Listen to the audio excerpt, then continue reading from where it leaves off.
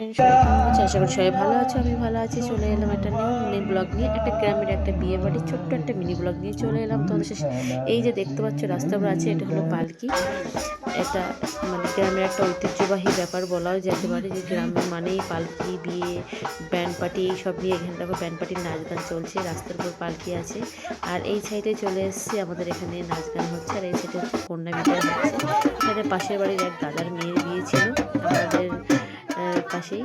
গিয়েছিলাম বাবার বাড়িতে। এই দেখো এখানে পালকি, এই যে পালকি, এটা মানে খুবই মজাদায়ক একটা ব্যাপার। তার মধ্যেও একটা দুঃখের ব্যাপার, সেটা হলো মেয়েকে ছোট থেকেই বড় করার পর তার শ্বশুরবাড়ি তার নিজের ঘরে পাঠাতে হয়। এটা সবথেকে কষ্টের ব্যাপার। এটা আমাদেরও আসতে হয়েছে, এবং পরবর্তী সব মেয়েদেরই যেতে হবে শ্বশুরবাড়িতে, যতই কষ্টের মুহূর্ত হলো।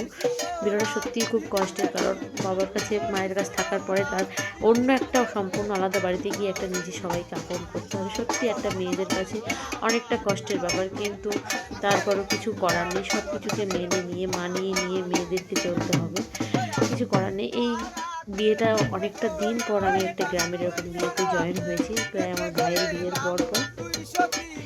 তখন আমি ভিডিও ছাড়িনি, তাই আজ পাশের একটা বিয়ের দাদার মেয়ের বিয়ের কিছু ভিডিও তোমাদের সাথে শেয়ার করলাম। সত্যি ভিডিওটা দেখে খুবই কষ্ট লাগছে, কিন্তু তারপরও কিছু করার নেই। একটু ছোট্ট করে তোমাদের সাথে শেয়ার করলাম। ভিডিওটা কেমন লাগছে অবশ্যই কমেন্ট করে, ভিডিওটা ভালো লেগে থাকলে লাইক কমেন্ট শেয়ার করবে, আর সবাই একটু পাশে থাকবে।